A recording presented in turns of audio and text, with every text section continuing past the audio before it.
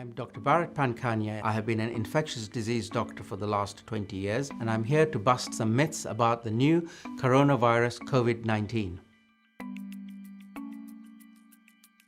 The seasonal influenza virus, of all the people it infects, causes death of about 0.6%. The coronavirus, when it infects people, appears to be causing deaths around 1.5%. So, of course, the new coronavirus, we're very concerned about it because it's more infectious and more disease-causing than the seasonal influenza virus.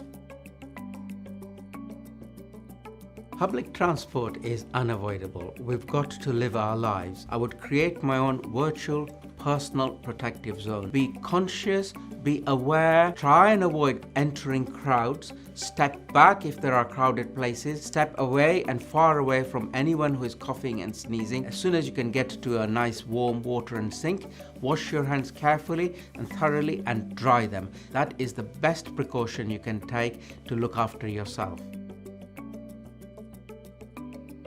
The best hand sanitizer that we can use against the coronavirus is one that has an alcohol content ranging from 60 to 90%. It needs a mixture of alcohol and water in the right proportions. Having said that, the best solution is warm water, soap, wash your hands, dry them properly. Much better than using alcohol hand gel only.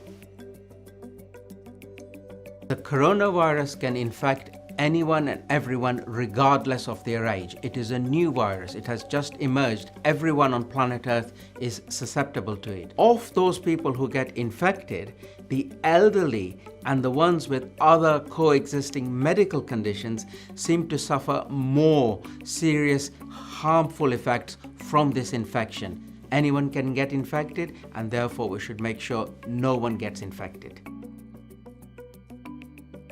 The best place for face masks is in a healthcare setting. For people who are not used to wearing face masks, it is not a good idea to now start. You might, by mistake, in the process of fiddling around with your face mask, introduce infection to your sensitive area, the nose, the mouth area. Keep your hands clean and keep your hands away from this sensitive area, the nose and the mouth, and of course your eyes too. We have a report of one dog in Hong Kong who has tested positive for the coronavirus. This is most probably from the dog's owner to the dog, rather than from the dog to the owner. We are also keeping a very close eye on domestic animals and pets to make sure that they are not becoming reservoirs of this coronavirus. A lot of people think that a mutation is a bad thing.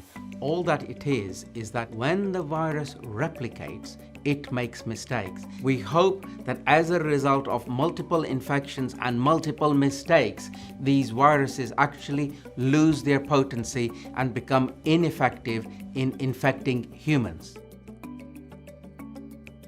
It is very difficult, extremely difficult to create vaccines from start. The coronavirus vaccine is not around the corner. In the absence of a good vaccine, we need to exercise infection control because that is the only remedy we have against the coronavirus.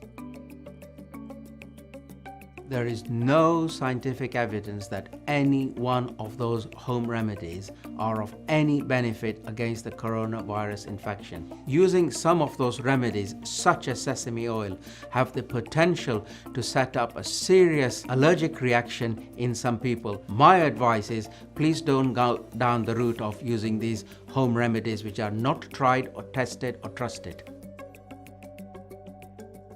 Our priority number one with regard to the COVID-19 coronavirus outbreak is to bring it safely under control and reduce the number of cases and hopefully eliminate the coronavirus from planet Earth. Having achieved that, our second important priority is to look at why did this virus emerge in the first instance. A lot of these viruses are resident in animal populations. As a result of man's interference in animal populations, we allow the emergence of these new viruses. A lot of thought, scientific thought and applications have to be put into place to prevent such emerging viruses again.